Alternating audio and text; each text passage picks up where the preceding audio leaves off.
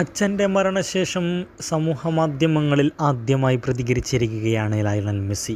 ഈ കഴിഞ്ഞ 7-ാം തീയതിയായിരുന്നു ഫോർഹെ മെസ്സി അന്തരിച്ചത്. അച്ഛൻ്റെ മരണശേഷം അദ്ദേഹം സോഷ്യൽ മീഡിയയിൽ വളരെ നിർവികാരികമായി ഒരു കുറിപ്പെഴുതുകയുണ്ടായി.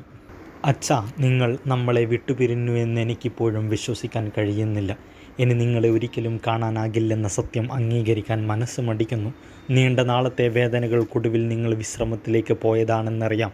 എങ്കിലും വളരെ വേഗത്തിലായിപ്പോയി ആ വേർപാട്. അവസാനമായി ഒരു ലോകകപ്പ് കൂടി കളിക്കണമെന്ന് നിങ്ങൾ എന്നോട് നിരന്തരം ആവശ്യപ്പെട്ടിരുന്നു. എന്നാൽ നിങ്ങൾ എന്നോടൊപ്പം ഗാലറിയിൽ ഇല്ലാതിരുന്ന ആദ്യ ടൂർണമെൻ്റായിരുന്നു അത്. ഓരോ മത്സരശേഷവും നിങ്ങളുടെ സന്ദേശത്തിനായി ഞാൻ കാത്തിരുന്നു. ഫൈനൽ വരെ എത്തി ആ കിരീടം നിങ്ങൾക്ക് നേടിത്തരണമെന്ന് ഞാൻ ആഗ്രഹിച്ചിരുന്നു. എന്നാൽ എനിക്ക് സാധിച്ചില്ല. എൻ്റെ ശരീരവും കാലുകളും തളർന്നു പോയിരിക്കുന്നു. ടൂർണമെൻറ്റിലുടനീളം എനിക്ക് സുഖം തോന്നിയിരുന്നില്ല. നിങ്ങളില്ലാതെ ഇനി ഞാൻ എന്താണ് ചെയ്യേണ്ടതെന്ന് എനിക്കറിയില്ല. എങ്ങനെ മുന്നോട്ട് പോകണമെന്നും എനിക്കറിയില്ല. കളിക്കളത്തിൽ ഇനി എത്ര കാലം ഞാൻ തുടരുമെന്നതിൽ വലിയ സംശയങ്ങളുമുണ്ട്. തുടക്കം മുതൽ തന്നെ എൻ്റെ കൂടെയുണ്ടായിരുന്ന വ്യക്തിയായിരുന്നു നിങ്ങൾ. ഒടുവിൽ നമ്മൾ ലക്ഷ്യത്തോട് അടുത്തെത്തിയപ്പോൾ കുറച്ചുകൂടി കാത്തു നിൽക്കാമായിരുന്നു.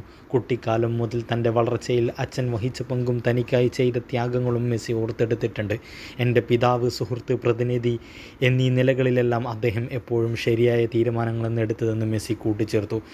മെസ്സി പിന്നീട് വ്യക്തമാക്കുകയാണ്, ഇനി എനിക്ക് കളിക്കളത്തിൽ എത്രമാത്രം തുടരാമെന്ന് അറിയുകയില്ല എന്നുള്ളത്. വളരെ നിർവികാരികമായ ഈ കുറിപ്പിന് ശേഷം മെസ്സി സമൂഹമാധ്യമങ്ങളോട് തൻ്റെ ആരാധകരോട് വിളിച്ചു പറയുന്നത് ഇനി കുറച്ചു കാലം കൂടി മാത്രമേ ഞാൻ കളിക്കളത്തിലുണ്ടാവുകയുള്ളൂ എന്നുള്ളതാണ്. തീർച്ചയായും നമുക്കറിയാം, കുറച്ചു കാലമായി മെസ്സിയുടെ പിതാവ് അസുഖത്തെ തുടർന്ന് റെസ്റ്റിലായിരുന്നു എന്നുള്ളത്.